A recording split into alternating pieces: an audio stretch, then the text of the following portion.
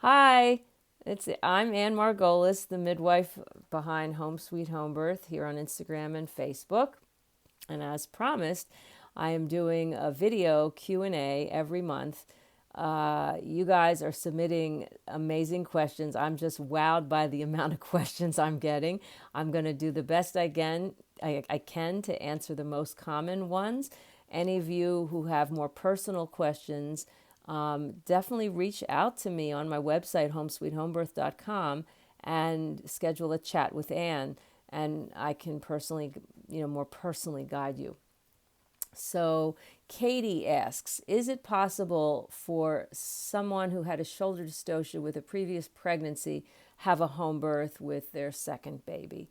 Yes, it's possible.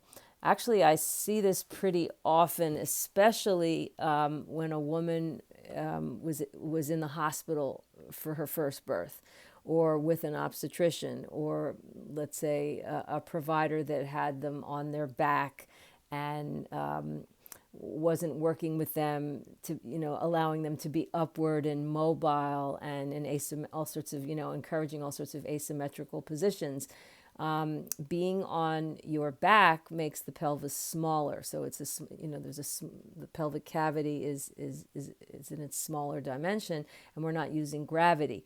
So I've had plenty of women that have had a shoulder dystocia in that situation birth bigger babies in the home or birth center setting, or even in a hospital setting if they switch to a midwife who is encouraging them to work on, following their instincts and laboring more upright and mobile, asymmetric, forward-leaning, let's say, positions instead of restricting them on their back, and monitoring the baby intermittently using a fetoscope or a Doppler, and not restricting their movement with a continuous monitor.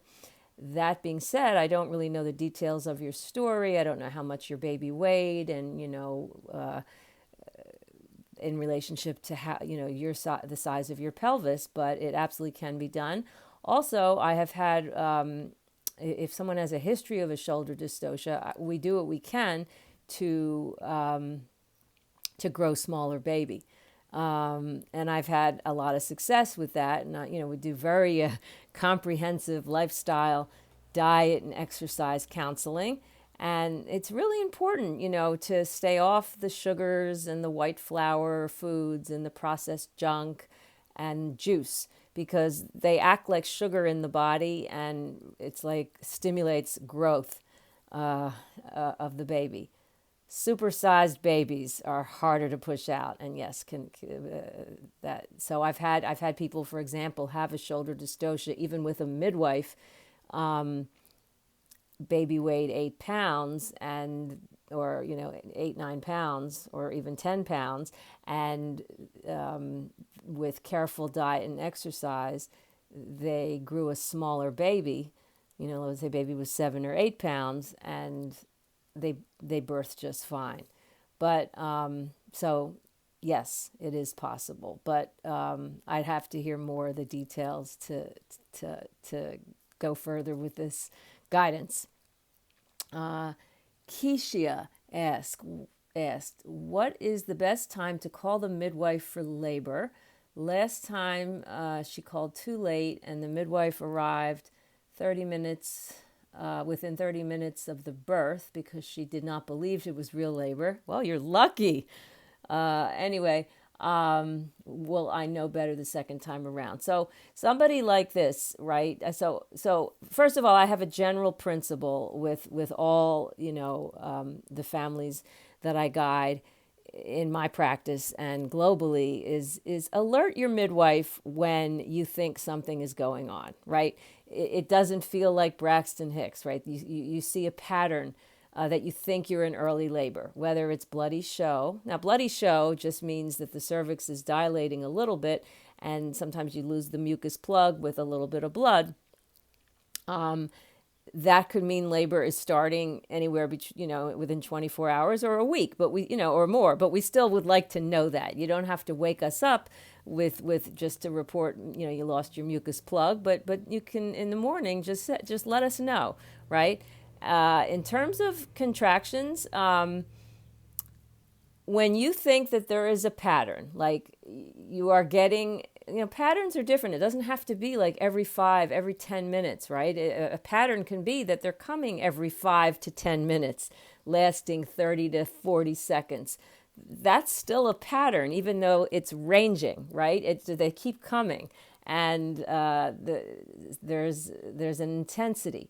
In the beginning, it could be very mild. So when you didn't think you were in real labor, if you're having those symptoms, whether you're feeling the surges, you're feeling the top of the uterus contracting, you're noticing some any kind of bleeding, it's just important to know the signs of labor, especially the signs that you had, and be in touch with your midwife like as soon as you know, right?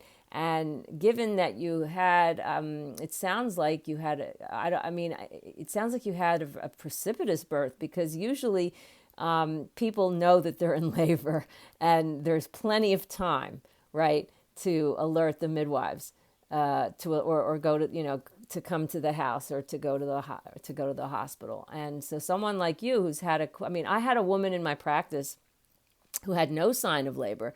The first, and I tell everyone, I want to know when you think you're in early labor, and then the midwife, I'm the midwife, or your midwife will be in touch with you, and on the phone or evaluating you in the office or in your house to decide when it's best to come.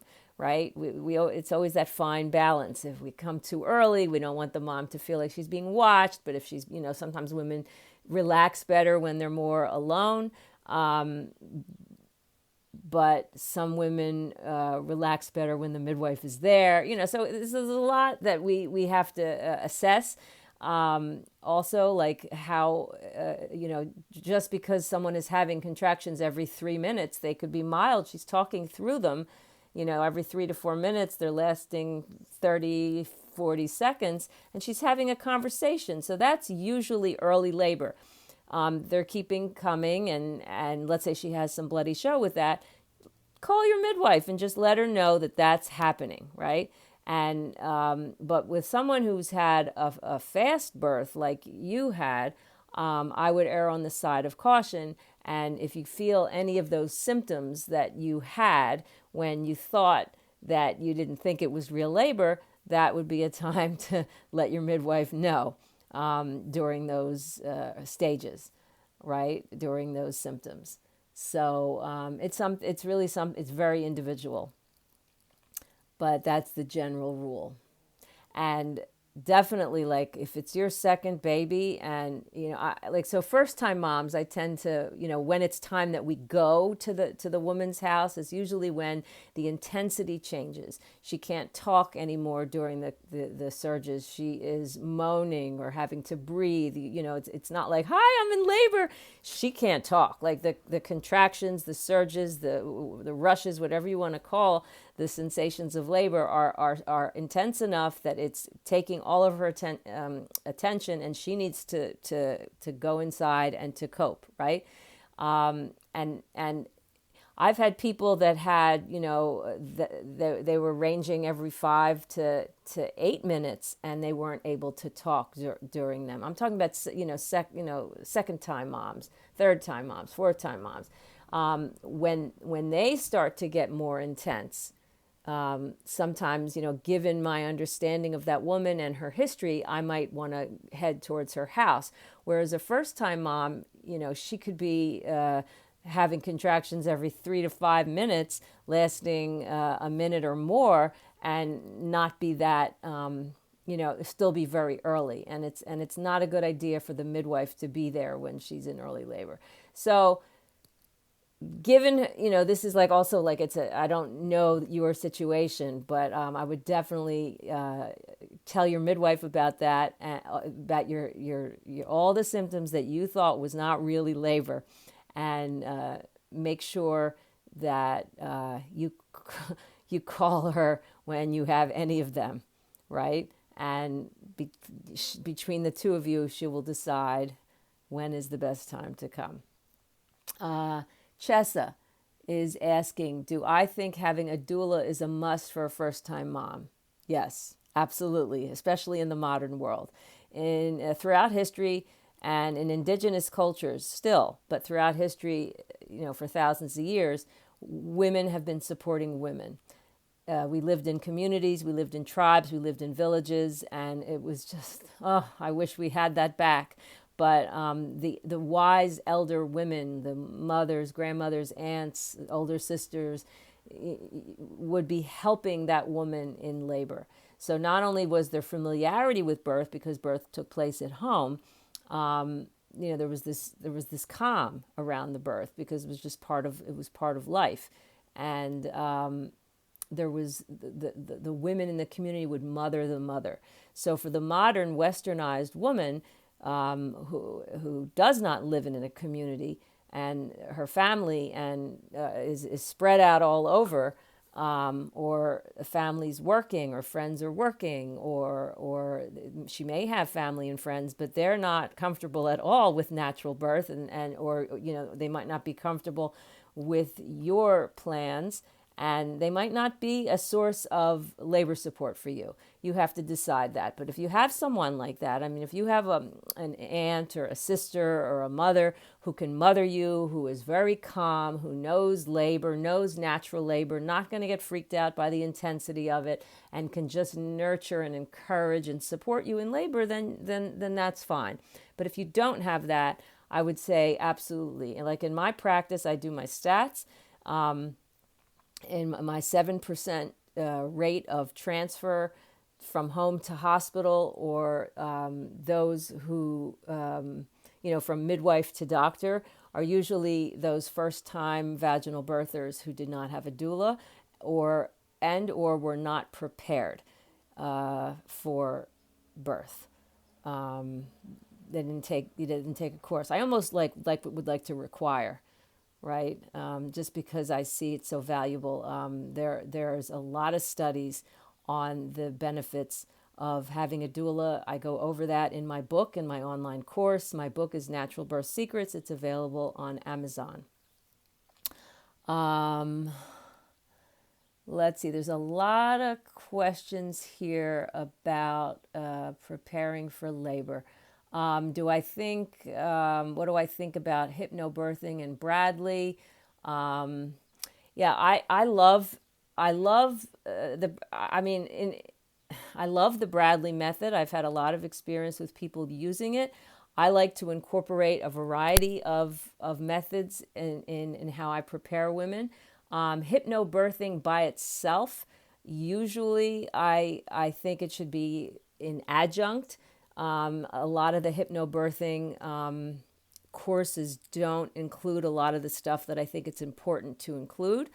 That being said, I had a woman in my practice who birthed all 4 of her babies using my course and hypnobirthing. And I mean, I would get to her and she was just, hypnobirthed her baby out. It was the last baby was the biggest baby in my practice. She had not a tear. The baby, she was able, she looked like she was in a meditative state during transit, the late labor and pushing. For first-time moms, I find hypnobirthing alone doesn't always work.